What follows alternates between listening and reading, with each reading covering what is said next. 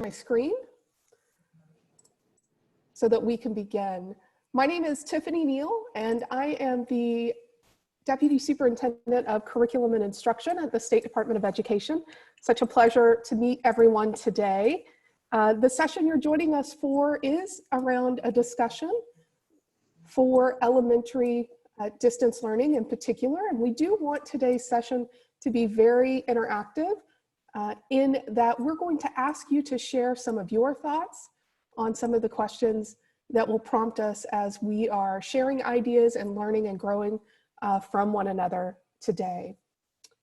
So I'm just going to do a double check here. I'm having a little bit of a difficult time seeing the chat box, so let me get that taken care of just really quickly. But as I'm doing that, I wanted to make sure that you had my contact information, my email address. Please feel free to email me at any point if you have questions after this session or with anything related to curriculum standards or really anything else at the State Department. I'd be happy to help you. We have a few wonderful folks who are helping with this session today. And so I'm going to start with someone that most of you know, Darryl Glover. Darryl, if you would introduce yourself.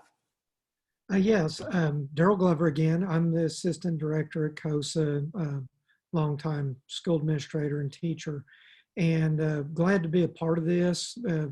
Totally enjoyed working with Tiffany and Karen and Aaron on this project. It's an awesome task to change the paradigm of everyone's thinking toward blended learning and blended opportunities. So glad to be a part of it.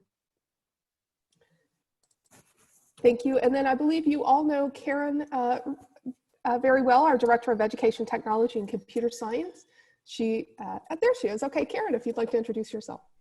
Welcome. I'm glad that you all could come, and please remember that if you do have questions following this session, first of all, it is going to be recorded and will be housed in Next Thought. It will also have the slide deck also there, and you can always email any of us if you have additional questions or concerns. So thank you, Tiffany.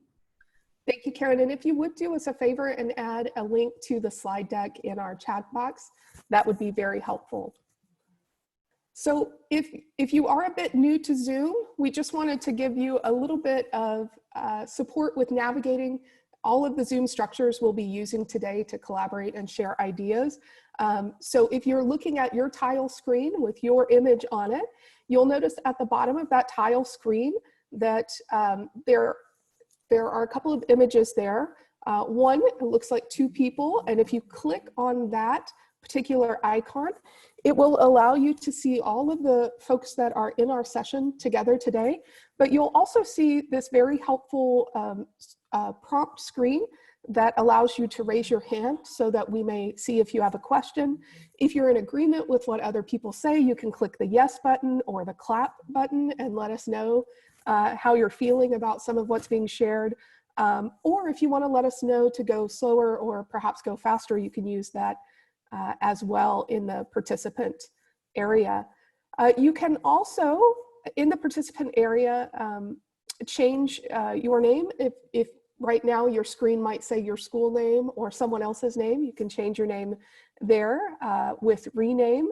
And then lastly, if you haven't used the chat box feature, we are going to use that quite a bit today. So you can click on the chat icon down below your face on your tile screen.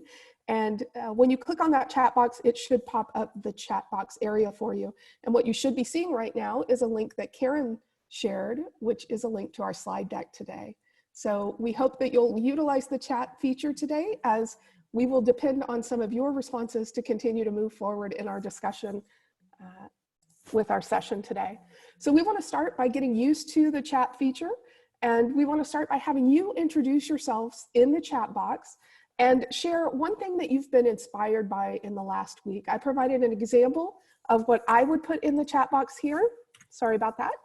My name, I work at the OSDE, and then one thing I've been inspired by in the last week is my 17-year-old son discussing his online Earth and Space Science course with me over dinner. All right, and it looks like, sorry about that. It appears that my screen was not being shared at the time, so let me just go back here. Thank you so much, Karen. Karen and Darryl, I just want to let you know about an odd feature that's happening right now. If I share my screen, I have no access to the chat box. It's never happened before, so we'll continue forward. If the two of you don't mind monitoring the chat box and sharing some of those discussions, it would be very helpful. So again, this slide will tell you how to become acquainted with Zoom and how you can participate and use some of these icons or rename yourself, or toggle over the chat box and click there and see the chat box. So now that you are seeing my screen, we'll go back to introducing ourselves in the chat box. So if you would, there we go. Now I could see the chat box. That's great. Thank you to whomever posted in the chat box because it popped up for me. If you would introduce yourself and share one thing that inspired you in the last week. And Kristen has modeled for us, Jerry and Sean. Thank you so much. We would love for everyone to do that today. Introduce yourselves and share one thing that's inspired you in the last week.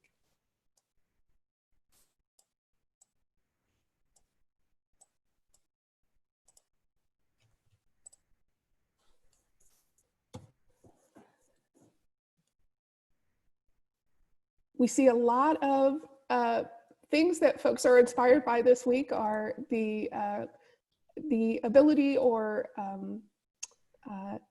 willingness for teachers and students to wear masks this week. Sean shared positive feedbacks from parents. That's great to see.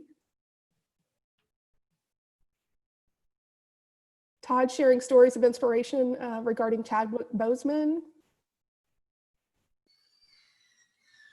Teachers embracing challenging technology. Students embracing the new year. And Tracy says students wanting to learn. So all wonderful things for us to be inspired by. And in these challenging times, it's always good to remember what is inspiring us week to week so that we can continue on with the great work that we're doing to support teachers and students. So thank you. Please continue to share those things that have inspired you. Today's goals for our session will center around exploring the benefits and limitations of using a content management system, specifically focusing around pre-K through grades 5. So we're going to explore those challenges and limitations a little bit so that we can then discuss strategies or ways that we might supplement our existing content management systems.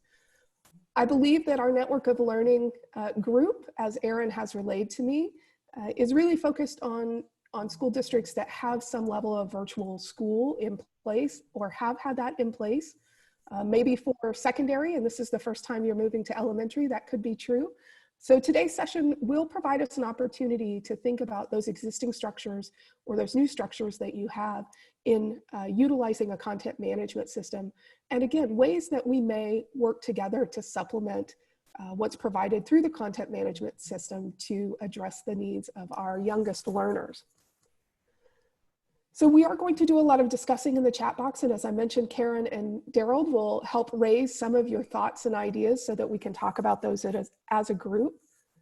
And we're going to use a similar structure in our chat box that you might find on Twitter chats if you're a part of those.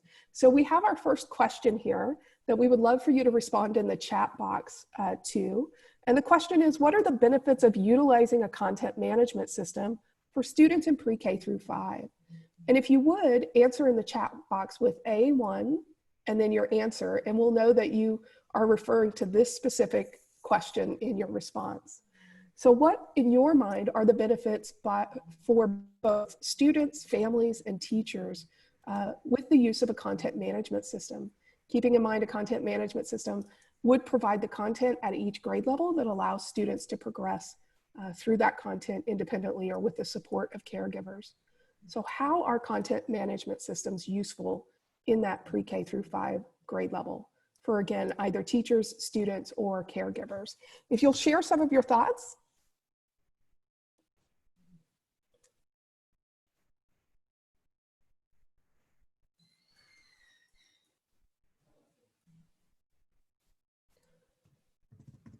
Wonderful. And Sean, if you don't mind, could I call on you to unmute and maybe share a little more about your thoughts related to that idea of a community platform and why you think that's beneficial specifically at pre-K through 5? Just basically from my response, you mean, or just? So we've had a virtual learning platform in our district since 2011 for full-time virtual, but we really just got into it with elementary within the past few years. And of course, this year has exploded, obviously. And the ability to have a CMS so that the content can be delivered in a common fashion is a lot more beneficial, because then students can kind of work together to kind of help each other understand how to get in and out of the content management system. And it provides a platform that allows parents to help their kids as well. But again, you know, as opposed to, say, for instance, if we're sending packets home or something like that, or if we're sending, if we're delivering content through Google Classroom, you know, it also allows us to track trends and data, and also to document where they've been over each successive year. Wonderful. And we do hear a lot of the value with the content management system really being around consistency for students, for families and caregivers. I don't see it in the chat box, but Darryl, I know that you and I have talked about this a little bit, the idea that it provides teachers with a starting off point in their curriculum. Do you mind speaking a little bit to that, Darryl, and some of the ideas you've shared in the past? Yeah, and I always lead off with elementary teachers. I'm not an elementary teacher, so don't hold that against me. I'm definitely not an expert, but whether it's elementary or secondary, one thing we've learned after working with hundreds of schools to transition to this type of learning is we have learned that it takes a little bit of time for teachers to learn the system. And having a CMS, which for those of you who are maybe new into this discussion, a content management system is different than an LMS. Sean referred to the Google Classroom or Schoology or Canvas. Those you build your lessons into. A CMS is like Edgenuity, Odyssey, or Edmentum, where it's already, the content is there. So if that's already there, it gives you a little bit of a pause as a teacher to say, okay, that system can provide instruction, provide lessons. Now, please understand, and I won't spend much time on this, but that's the lowest level of virtual learning, is putting the kid on that content management system and saying, go. What we are hoping for is that the teacher will augment, supplement, and add to that content and make it your own. That's when you really have success in virtual instruction. So, but take your time at first. Rest on it until you learn it. Wonderful. And that leads us into our next question, which will explore maybe some of the limitations with the content management system. But Sean, I believe you had your hand raised if you have a question or a comment. Yeah, that was something that Darryl said just kind of made me think. It does provide some equity for our kids too, because at least we know all of our third grade students are getting the same delivery of content, but it is the lowest level. So having teacher support on the other end of the computer is vital. No matter whether or not the content is standards aligned or whether or not it's equitable as far as every third grader getting the same thing. If you don't have a teacher on the other end to back it up and provide support, it's going to be very difficult for the child and the parent. Thank you for that, Sean. And if you would, just now hearing a little bit about, if you're hearing about content management systems for the first time, this may be a little difficult. But for those of you that have been implementing or using content management systems, what do you see as some of the limitations with the content management system, especially if that is the only opportunity for learning that students would have? Would you please respond to that question in the chat box now with A2 as your answer? A2 as your answer. What are some of those limitations that you can see if a content management system is the only system for learning for students? Yeah, so thank you, Jill. Jill has mentioned the expense can be a limitation. Jerry mentions one-on-one help, relationship building is limited or can be limited. Sometimes districts are limited, as Sean mentions, by the design of the CMS. If you are trying to augment, there could be some struggles with that. a few comments related to that lack of face-to-face. So we see money as a limitation or cost. We see some of the inflexibility of the CMS if you're trying to augment, and certainly that one-on-one time or relationship building connection with students. And we are going to focus on the latter part of that today. We're going to focus on really what some of the limitations related to that student interaction might be. And we want to share with you first just a few of the shifts with in-person learning and distance learning. There are many, but we do want to highlight a few today. And we want to start by thinking from the learner's perspective. So here's an image of in-person learning. And we notice that students are learning with others. So feel free to add in the chat box as I talk about this. But when you see this picture, what sort of learning opportunities are going on for students here in this in-person space that you're seeing? A couple of things that resonate to me when I see this picture is that the student is having a chance to see the nuances, the facial expressions of other students, of their teacher. They're getting reinforcement through those interactions. They are collaborating. They have a chance to possibly share an idea and another student build on that idea, or share an idea and get feedback from the teacher immediately. So these are some of the things in this particular setting, learning with others, where from the student's perspective, these are things that they're experiencing or feeling. When we think about learning through the eyes of a child through our CMS or content management system, this might be an image that you would think of. And here a student is learning independently. Again, there are benefits to this, but through the learner's eyes, perhaps what they're thinking is, I can move along at my own pace. I can go back and redo the instruction.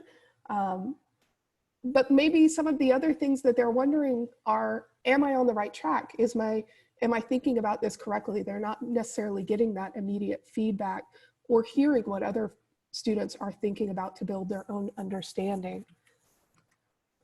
Another version of this learning experience that we see in distance learning, it's not just the student possibly learning independently on the CMS, but it's more likely, especially for our youngest learners, that they're interacting with that CMS with a caregiver of some sort.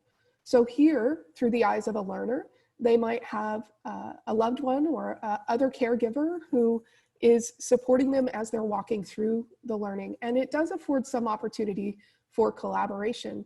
We have had instances where perhaps the caregiver doesn't understand the content in a way that maybe they sometimes get frustrated in trying to help their student.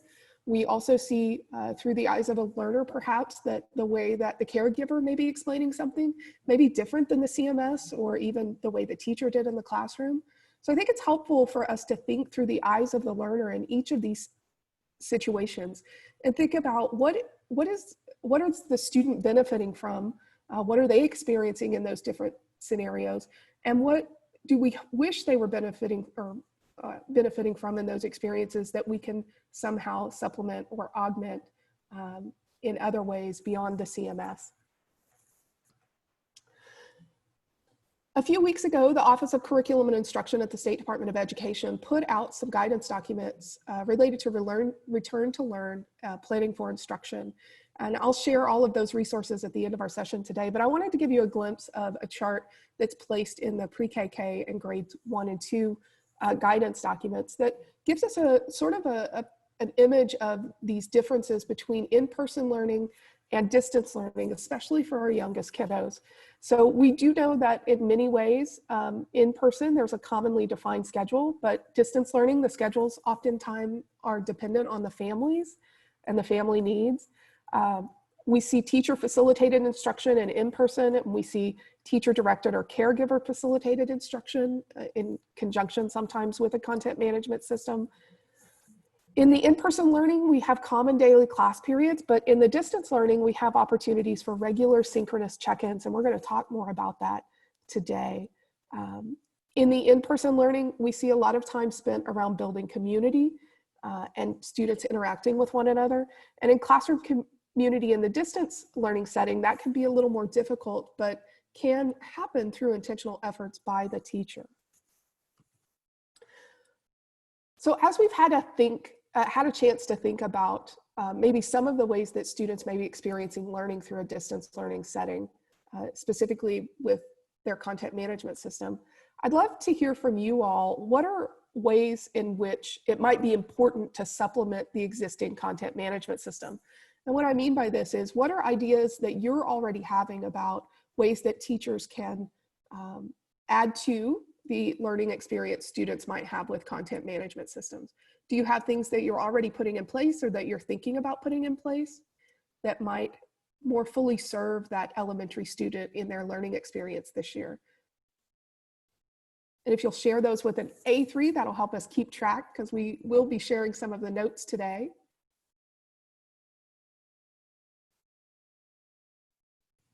Emily says more interactive lessons and projects. Jill says individualized education programs, specifically designed instructional needs, check-ins. So for several of you that are commenting now, I would love to come back and have you share in just a moment some of the work that you're doing. Specifically, Jill, perhaps later you could share with us a little bit more about the individualized education program and how your district is going about that. We certainly see a lot of comments in the chat box around more interactive lessons. So we're going to share with you just a few ways that teachers or schools might think about supplementing their existing content management system. Now, keep in mind, everything we're sharing today is certainly just ideas and examples. They are in no way a directive. And there are many ways that school districts and teachers can go about supplementing the learning experience for students through content management systems. One of those ways is through teacher-created videos that you either upload to the CMS and supplement the CMS with, or you provide to students and families and caregivers in another way. Another way to supplement the CMS, we've already heard a little bit about this, is scheduling small group time or whole group time for synchronous learning sessions, coming together all at the same time like we are today. And then scheduling check-in times, individualized check-in times with students. So why do we do teacher-created videos to supplement a CMS? Well, a few reasons we might do that are related to students perhaps struggling with learning content in the CMS. Perhaps some students benefit from an alternative way of teaching particular concepts. That would be an important reason for teachers to do supplemental videos. Or in many cases, the content that's provided on the CMS, the caregiver that's supporting a student, they might benefit from a teacher explanation for them related to that learning opportunity that would help the caregiver really support students with the learning. There are certainly some other whys for why teachers might want to create some videos to provide or supplement instruction, but here are three of the reasons we're hearing from Oklahoma teachers right now as to why they are developing some additional teacher instructional videos. We're also hearing from teachers some real strategic ways in which they're targeting the videos that they're creating to supplement a CMS. So some of the things they're doing, they're reviewing content on the CMS and they're looking for those areas which they believe that students would either traditionally struggle with learning, perhaps in an in-person setting, but they're also intentional about looking at the CMS and for each lesson, thinking about what about the way that that's instructed in the CMS might cause students struggles with their learning. So they're targeting additional videos or instructional videos that they may be doing around that analysis of the current lessons. They're also looking at the data in the CMS for students. So if they see a particular area where students appear to be struggling on their assessments, they might come back then and do an additional video to supplement the CMS and share with families, caregivers, and students.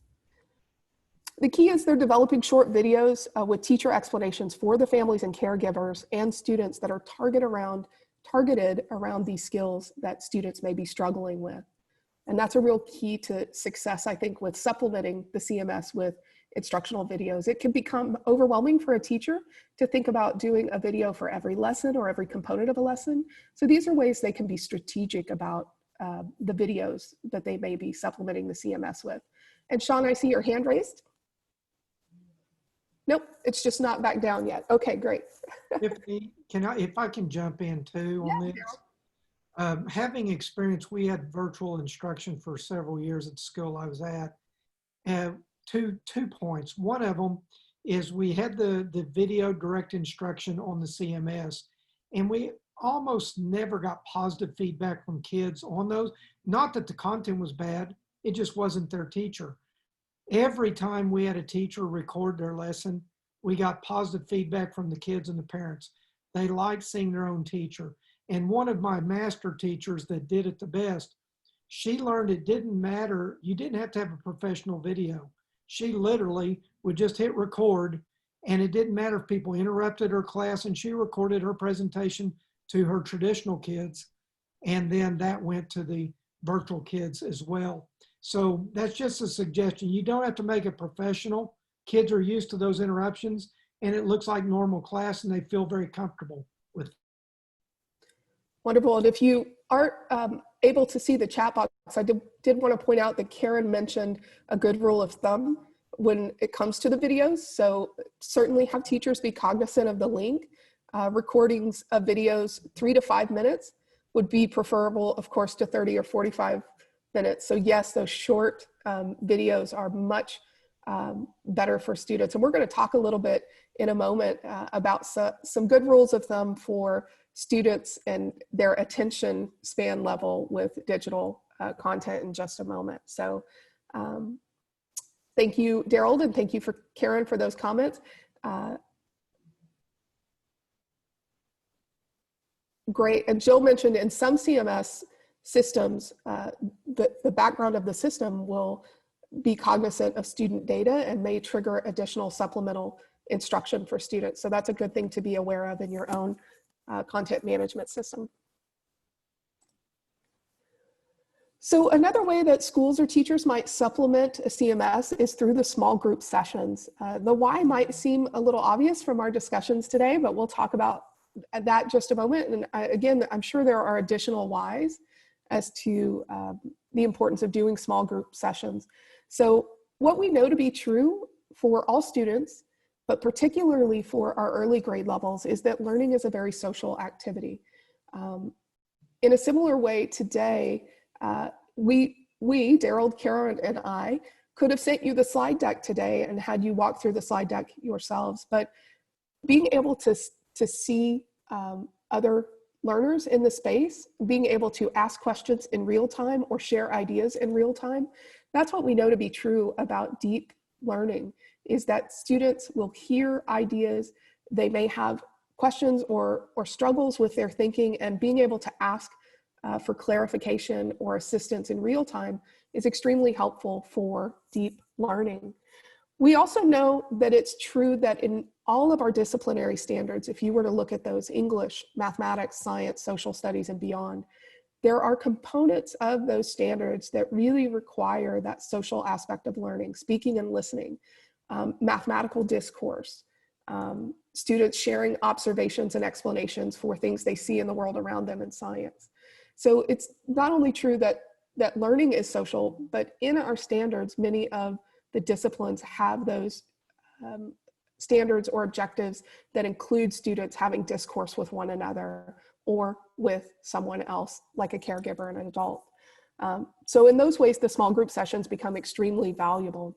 We also know that the small groups just provide, in general, connections between the teacher and students and their peers, which I think all of us in this time of social distancing and perhaps quarantining recognize the importance of that in our own lives. So it's certainly true for our youngest learners as well. So how might you go about this as a school, or how might teachers go about scheduling these small group sessions? What we've provided is just a sample idea of a way to schedule these opportunities. One thing you'll notice on this sample schedule is that students aren't necessarily meeting every day with a teacher. You may choose in your district that that's important, that a student is face-to-face interacting in some way with a teacher or an adult from your school every day. But I'm looking at this schedule as a perspective for an individual teacher, let's say a second grade teacher, whereby that second grade teacher for their class might split up students into smaller groups where they're meeting with 4 or 5 students at a time. It can be a little more difficult for a teacher, as you can imagine, to meet in whole groups, although that could be beneficial as well. But here's a way to break that up into 4 groups throughout the week, where students are meeting face-to-face with the teacher and their peers at least 3 times in that week. Now, you might ask, what would teachers be doing on Tuesdays and Thursdays or in some of these other time slots? We're going to talk about this a little bit more in a moment, but that would provide time for the teacher to do individual check-ins with students who might need additional one-on-one support, but it also provides that critical opportunity for teachers to be planning for the instruction that they might provide in the small group settings, or doing some of those video instructional opportunities that we talked about. Here's another way to look at it. Perhaps the teacher meets with students twice a week, and there's even more time for individual check-ins with students one-on-one. So there are all kinds of ways you could structure a week to provide those multiple small group sessions. The thing I would encourage you to think about, and we've seen this with some teachers already in their schedules, they are trying to meet so often with students that there isn't that space for now planning for that instruction or doing the individual check-ins with students. And that can become extremely overwhelming for a teacher when we think about the fact that they're now learning a new content. They're hopefully going through their content management system, studying the lessons that are provided, studying student data, so they can think about those supplemental pieces that they may be bringing in the small group sessions or the teacher-led videos. I'm going to pause there and see if Darryl or Karen have anything to add regarding the scheduling idea. And then we're going to show an example of how a small group session like this might actually look in for teachers to do with students for math and reading. You know, I did just share in the in our chat box, but, you know, looking at this and knowing that each of those groups would have a different link for meeting, and, you know, your groups may change, just keeping one document where all of the meeting information, the student names, the join codes, everything that needs to be, keep that teacher in order is really good. And then you can just kind of share that information with the corresponding groups. You know, it's really important to stay organized when you're starting to deal with this many groups as well. And I'll piggyback on what Karen said. The organization is also helpful for the kids and their parents at home.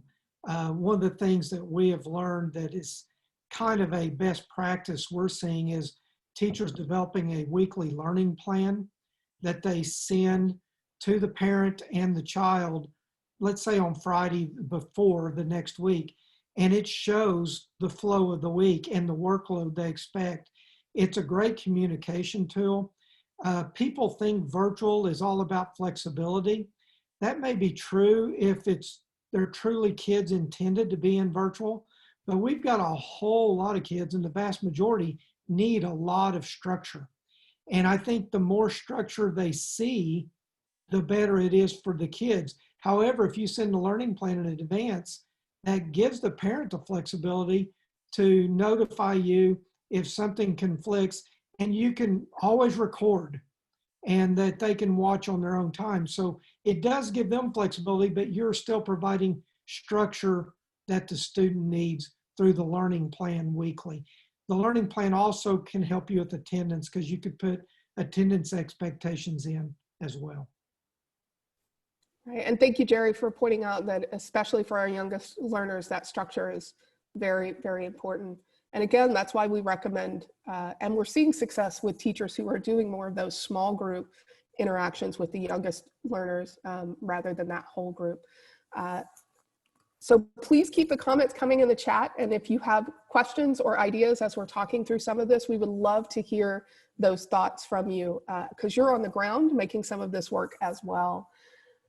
So when we also think about the how, it's not only the structuring, but it's important to think about for the individual disciplines, what are those areas where it is really important for students to have that in-person time to learn together or with the teacher, as opposed to what seems more conducive to the independent working through the content management system.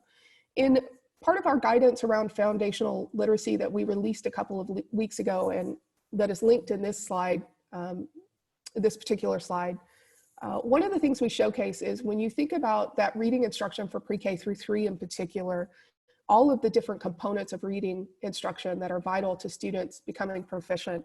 There are some of those components that lend themselves nicely to the synchronous side of learning, and others that lend themselves well to the asynchronous side. So you'll see here for kindergarten and first grade that that small group synchronous time, that it's really important to provide opportunities during that time for reading instruction around oral language opportunities and students being able to speak to their teacher or their peers and practice oral language. We just aren't certain if all students have an opportunity to practice oral language outside of the classroom with as much guidance and support we may give caregivers and families. So providing that as an intentional part of your synchronous small group sessions becomes very important for both kindergarten and first grade and second grade and third grade, as well as pre-K. That's not on here as well, but pre-K as well. Online word work, and we're going to show an example of that. That can be very important for synchronous opportunities as well. So just a few guiding principles as you're thinking about what should we be doing in the asynchronous setting and what should we be doing in the synchronous setting when it comes to reading instruction.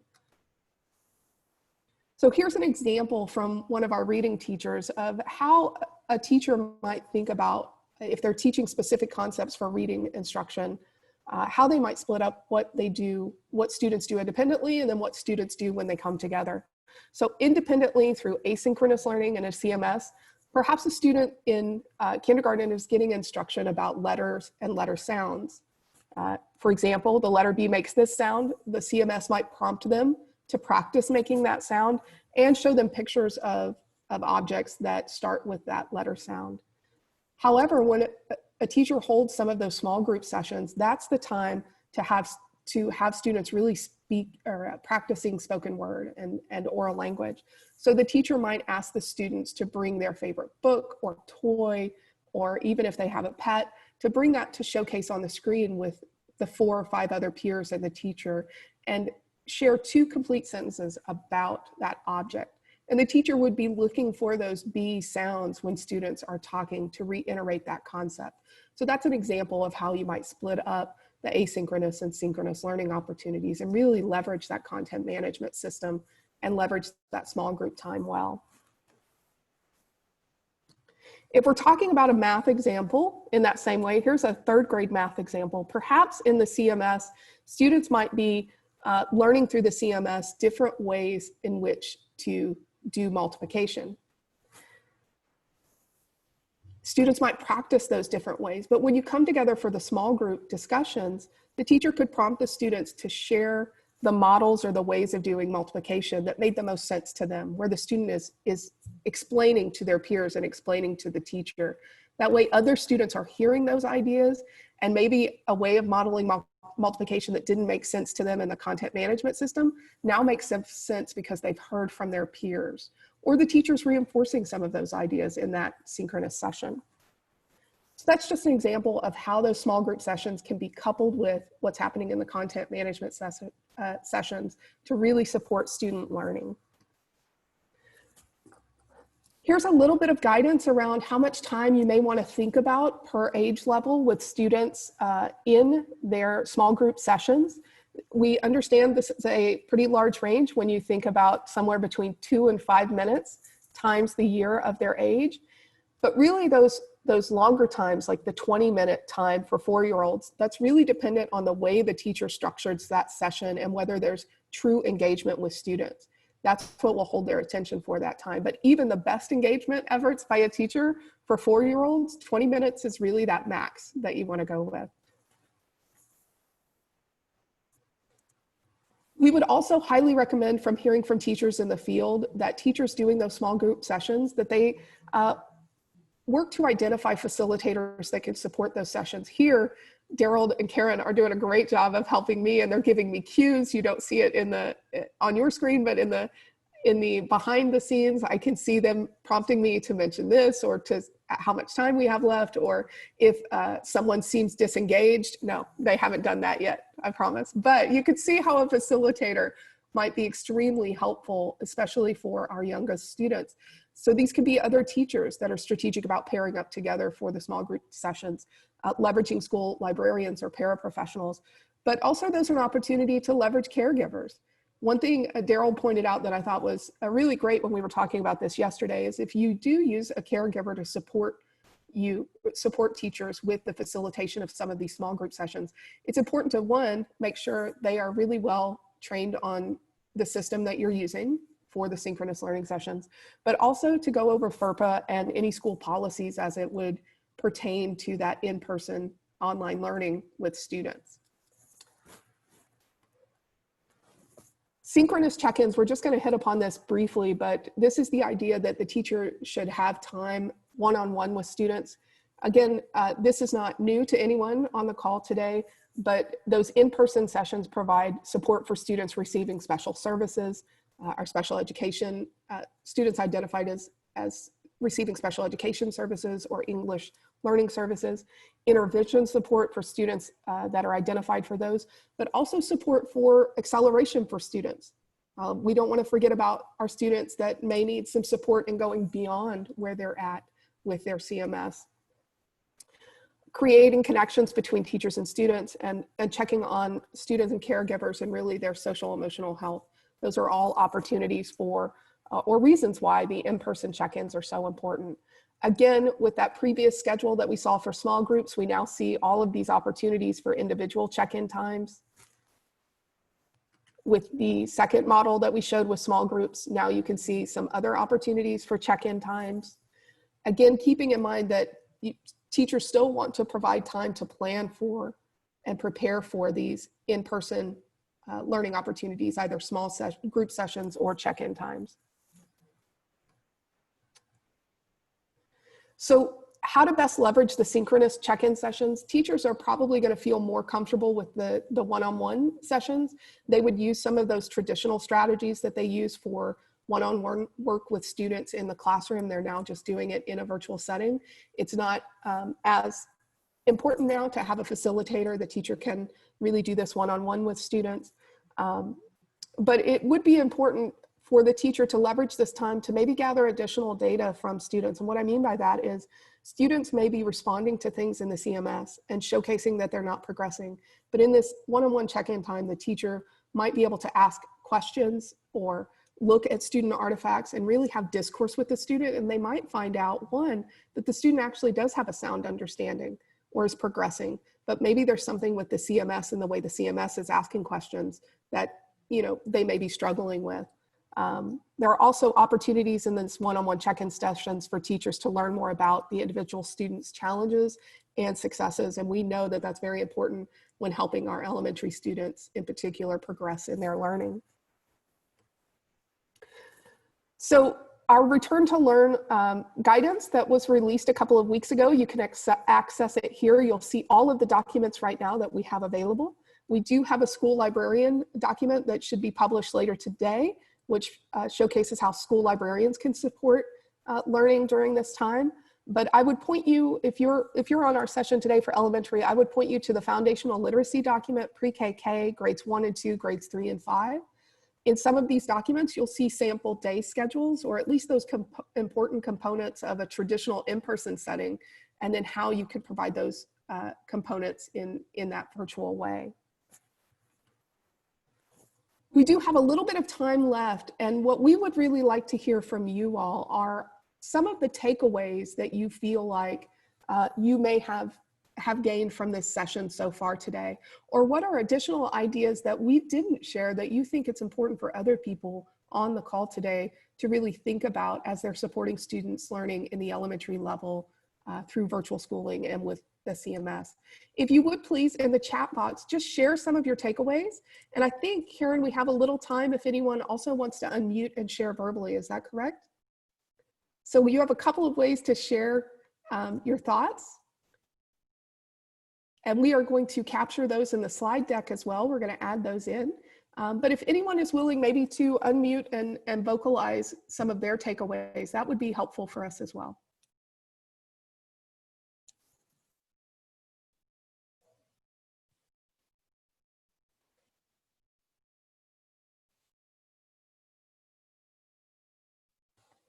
And Jill, do you mind if I ask you to share a little bit about I believe earlier you talked about the individualized plans. I did, yes. Would you share a little bit more about what your school is thinking about with that or how you're going about that? Sure, and I'm going to step back a little bit and say I will be with everybody next week. I am from the Oklahoma State Department of Ed, and I sit in, I'm at my office right now in Special Education Services, but having a great deal of experience with interventions that ultimately are your curriculum management systems at all different levels, whether it's your reading or your math, and really how lucky districts are when they can purchase high quality CMSs and the data that is used to process the information. We use this specially designed instruction that we need to step into must always take precedence. We know that we're choosing a curriculum measurement system that is needed, but also to have a protocol. We oftentimes, the districts that we worked in had protocols that you had mentioned earlier. Not every content instructional system may work with every student, and to be able to have options for those learning needs will be important to examine as well. Those are a little bit of my tidbits. Thank you, Jill. And I apologize when you put the camera on. Of course, I know you. Yeah, I know it. I know I'm that way too. We see a few reflections in the chat box. Thank you so much for your takeaways. Darryl or Karen, I wonder if there are any additional takeaways, perhaps things that I didn't mention that you were thinking of as well. Yeah, I'll jump in with one last thing. We've been able to see a kind of a global picture here at COSA of how all the schools are performing. And probably the area that has caused the schools the most grief, besides COVID, but as a result of this, is a failure to communicate very well. And if you would imagine, if you were a part of a school team with your teachers or administrators, and all of a sudden you had to be separated, if you didn't hear from your boss or the people in charge for a long period of time, you start getting antsy. We're seeing that from parents in the feedback we're getting. It's not that the school doesn't know what they're doing. It's the parents are wanting more communication of, okay, here we are. That will go back to the learning plan. If you send that to them every week, you're opening up that line of communication and showing that you're on top of the instruction. So communicate, communicate, communicate. It's the key to build the relationships with the parents, probably more necessary now than it is in your traditional setting.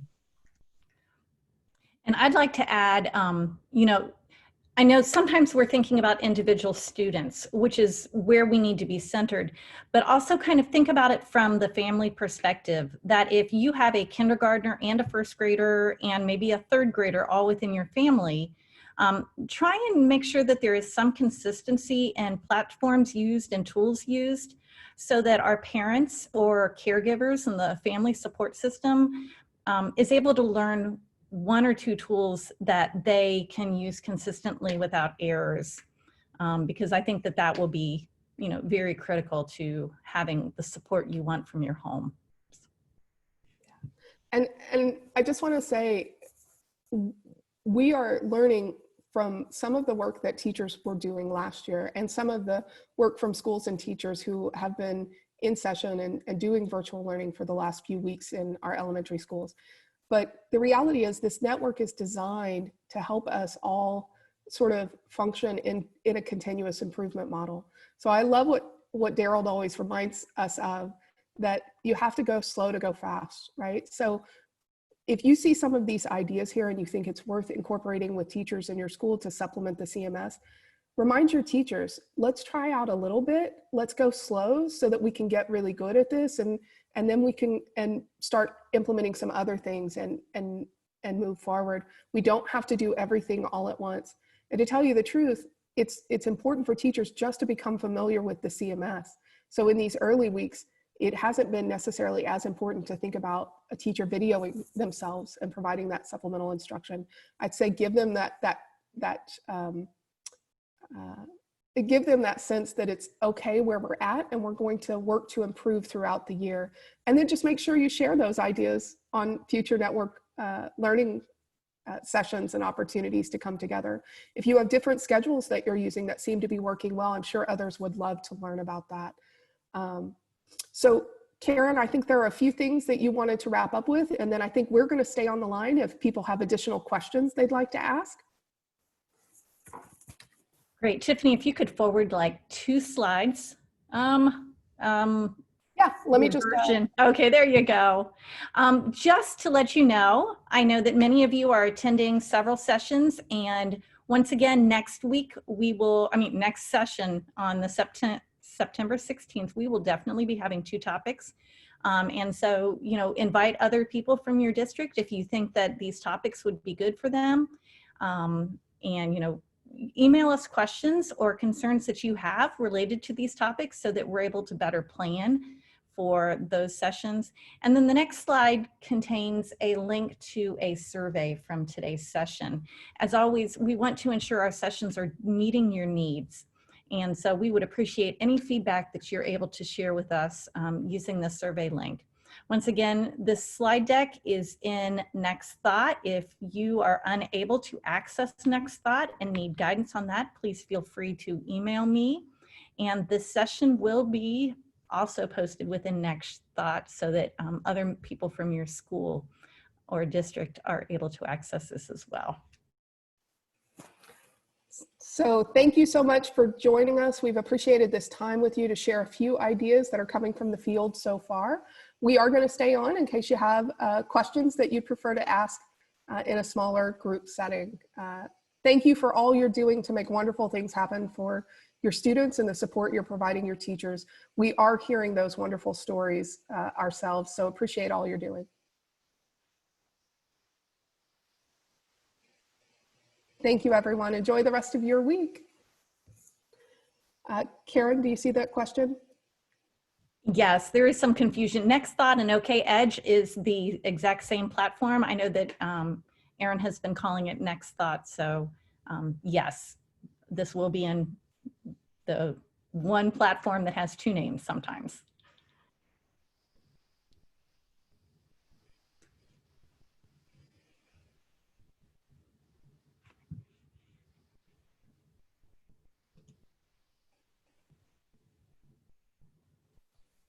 And I think, Karen, if you wanted to pull down the chat